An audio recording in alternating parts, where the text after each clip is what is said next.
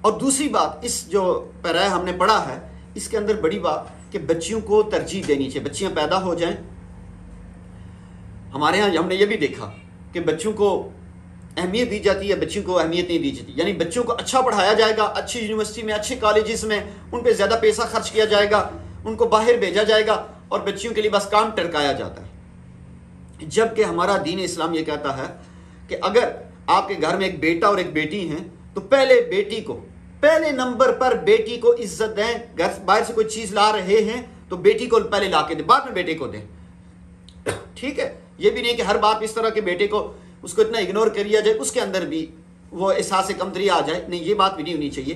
لیکن بیٹی کو پیچھے نہیں رکھنا۔ یہاں تک حضرات فرماتے ہیں کہ ایک بندے کے پاس اتنے اسباب ہوں، ایک بیٹی میں سے ایک کوئی پڑھا سکتے تو بیٹی کو پڑھائے، کیونکہ عورت پڑھی پورا خاندان پڑھا، مرد پڑھا فرد پڑھا۔ تو بہرحال بچی پیدا ہو جائے، ہمارے خاندانوں میں بچیاں آ جائیں تو ان کو عزت دل سے دینی ہے، ظاہری طور پر نہیں، دل سے عزت، ان کو رحمت سمجھنا ہے، اور کھلانے پلانے میں، معاملات میں، ان چیزوں میں ان کا پورا سے انہیں حق دینا چاہیے۔ ان کو کبھی یہ فیل نہیں ہونے دینا چاہیے کہ بھئی آپ بس ایویں ہیں اور اصل تو ہمارا بیٹا ہے، آپ تو پرایا مال ہیں، آپ تو کل چلی جائیں گی۔ یہ غلط بات ہے۔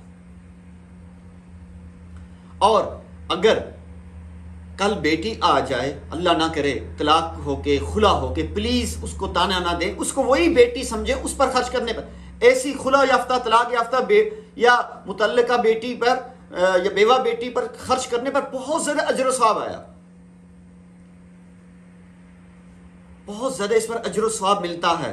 عمومی بچوں کی نسبت ایسی بیٹی پر خرچ کرنا جو طلاق یافتہ ہو، خلا یافتہ ہو یا بیوہ ہو، ایسی بیٹی پر خرچ کرنے سب بچوں کی نسبت زیادہ اس بچی پر خرچ کرنے پر اجر و ثواب ملتا ہے۔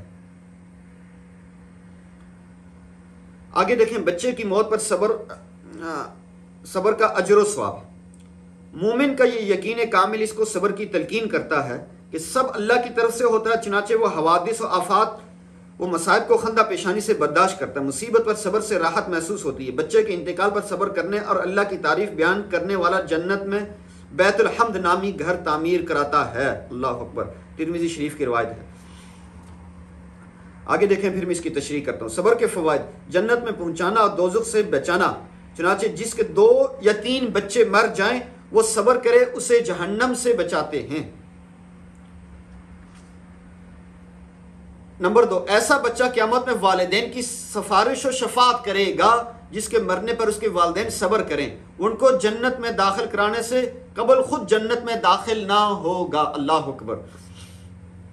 چھوٹے بچے جنت کے رہنے والے ہیں، وہ اپنے باپ یا والدین کو کپڑوں کا کنارہ یا ہاتھ پکڑ کر اس وقت تک نہ چھوڑیں گے جب تک اللہ سبحانہ و تعالیٰ انہیں اور ان کے والدین کو جنت میں داخل نہ فرما دیں۔ مسلم شریف کی یہ روایت ہے، حدیث کی کتاب ہے مسلم، اس کی یہ روایت ہے کہ ایسے بچے شادی ہو گئی، اس کے بعد بچوں کی پیدائش کے معاملات کی بات چل رہی ہے، تو 4 ماہ سے پہلے حمل ضائع ہو جائے تو اس کے اندر روح نہیں پڑتی، 4 ماہ کے بعد اس کے اندر روح پڑ جاتی ہے، اس کے بعد حمل ضائع ہو جائے تو بعض حضرات یہ فرماتے ہیں کہ اس کو بھی زندگی ملے گی کیونکہ اس کے اندر روح پڑ گئی تھی۔ بہرحال کس طرح کا معاملہ ہوگا اللہ بہتر جانتے ہیں، لیکن جو بچے پیدائش کے وقت فوت ہو جاتے ہیں، پیدائش کے بعد فوت ہو جاتے ہیں، یہ تو کنفرم یہ بچے جنت میں اپنے والدین کے لیے شفاعت و سفارش کریں گے، اور جیسی حدیث مبارکہ میں لکھا ہوا ہے کہ والدین کے کپڑوں کا کنارہ ہاتھ سے پکڑ کر جنت میں لے کے جائیں گے۔ ظاہر ہے ماں باپ کو یہ بڑی خوشی ہوتی ہے کہ اب اولاد ملے گی، عورت جب امید سے ہوتی ہے، بیوی امید سے ہوتی ہے، ماں کو بھی خوشی ہوتی ہے، باپ کو بھی، پورے خاندان کو خوشی ہوتی ہے، تو 9 مہینے بعد، 6 مہینے بعد یا پیدائش کے سال بعد یا 6 مہینے بعد، 2 سال بعد بچہ فوت ہو گیا، تو یہ بہت بڑی کہ اس نے اتنے لمبے ٹائم پیریڈ سے وہ ماں گزری، تکلیف سے گزری، تو اس کے بعد اللہ نے نعمت لے لی۔ اس موقع پر صبر کیا چیز ہے؟ آنسو کا آ جانا بے صبری نہیں ہے، بندہ رو سکتا ہے، لیکن جو ہمارے یہاں ہمارے معاشرے میں چیخ و پکار کی جاتی ہے، گلے پھاڑے جاتے ہیں اونچی اونچی آواز سے، وہ کیا جیسے نا گانے گائے جاتے ہیں نا، اس طرح کے وہ آوازیں بنا کے اور باتیں کی جاتی ہیں، وہ راگ لگائے جاتے ہیں، پتہ نہیں اس کو کیا بولتے ہیں، برا یہ چیزیں شریعت اس کی شدید مخالف ہے. شریعت اس کو پسند نہیں کرتی، اس کو قبول نہیں کرتی. اگر کسی کو آنسو آ رہے ہیں، رو رہا ہے، تو یہ نبی پاک صلی اللہ علیہ وسلم کو بھی مبارک آنسو آ گئے تھے اپنے بچوں کی وفات پر.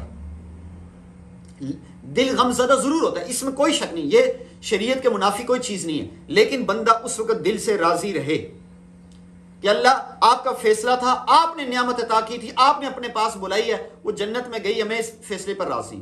آنسو تو نکلتے.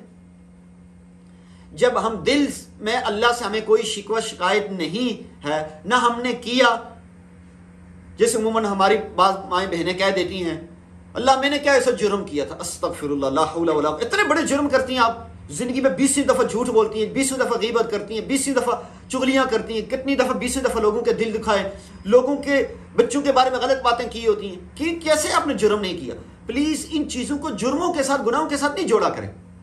اگر زندگی میں اللہ نہ کرے کوئی ایسا حادثہ پیش آ جائے، بچہ بچی فوت ہو گیا، میرے اپنے 2 بچے فوت ہوئے، 2 بیٹے، میرے اپنے 2 بیٹے فوت ہوئے. میں اس بات کو اچھے سے سمجھتا ہوں، یہ دکھ غم کیا چیز ہوتی ہے، لیکن اس موقع پہ دل سے اللہ سے راضی رہیں، دل میں شکوہ شکایت نہ کریں. آنسو آگے رو پڑے کوئی بات نہیں. اور یہ جو اس طرح کی باتیں کرنا، یہ نفسانی شیطانی جہلیت والی باتیں شیطان کروا رہا ہوتا ہے. اور یہ بے صبری والی باتیں کہ اللہ میں نے ایسا کون سا گناہ کیا تھا کہ میری آپ نے بیٹا لے لیا، میری بیٹی لے لی، میرے معصوم بچے نے کیا کیا تھا، میں نے گناہ کیا ہوگا. اللہ اکبر. یہ دین سے دوری یہ ہے کہ نبی پاک صلی اللہ علیہ وسلم کے 3 معصوم بچے اللہ نے بچپن میں اٹھا لیے. یہ زیادتی نہیں ہے، یہ ظلم نہیں ہے، یہ اللہ کی چیز ہے. اللہ جب چاہتے ہیں، اللہ ہی حقیقی خالق و مالک ہے، اللہ جب چاہتے ہیں دیتے ہیں، جب چاہتے ہیں واپس لے لیتے ہیں. ہمارے پرانے بزرگ لوگ اللہ کا مال ہے، اولاد کو کہا کرتے جی اللہ کا مال ہے، جب اللہ چاہے لے لے.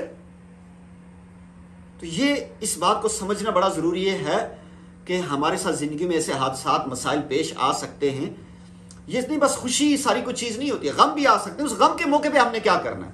تو اگر اولاد کی نعمت مل رہی ہے تو اور وہ چلی گئی، فوت ہو گئے، تو اس بات کو سامنے رکھنا چاہیے کہ اس سے بڑی سعادت کیا ہوگی. کل وہ ہمارے کپڑے، ہم اتنے گناہ گار لوگ، اتنے کمزور ہیں، دن رات ہم سے کبیرہ گناہ ہو جاتے ہیں، صغیرہ گناہ ہم کرتے ہیں، کبیرہ گناہ ہم ڈٹ کے کرتے ہیں. ہماری تو یہ حالت ہے کہ ہم کبیرہ گناہ کر کے بڑے فخر سے بیان بھی کرتے ہیں، خصوصاً عورتیں دوسری عورت کے ساتھ کی ہوئی چیزیں تو لازمی اپنے بیان کرتی ہیں.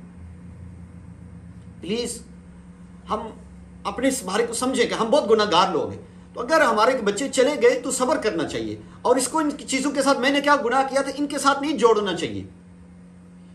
پریشانی کے موقع پر اپنے آپ پہ کنٹرول رکھنا، یہ اصل انسانیت بھی ہے اور اصل اسلام بھی ہے، اصل روحانیت بھی یہی ہے. تصوف میں یہی چیزیں سکھائی جاتی ہیں کہ ہم خوشی اور غمی کے موقع پر ہم اس بات کو سمجھ سکیں کہ ہم نے کیا کرنا ہے. اس دنیا میں آزمائشیں پیش آتی ہیں، مسائل پیش آتے ہیں. اگر کوئی ایسی آزمائش پریشانی کی چیز آ گئی تو ہمیں صبر کرنا ہوگا. اچھے وقت کا انتظار، اچھے وقت کا انتظار جو بندہ کرتا ہے اس پر اللہ کی رحمت بھی نازل ہوتی ہے، اور اللہ سبحانہ و تعالیٰ اس بندے بندی کو لازمی اچھا وقت دکھاتے ہیں. تو اللہ کی رحمتوں پر یقین بھی ہونا چاہیے کہ اللہ اور نعمت عطا فرما دیں گے.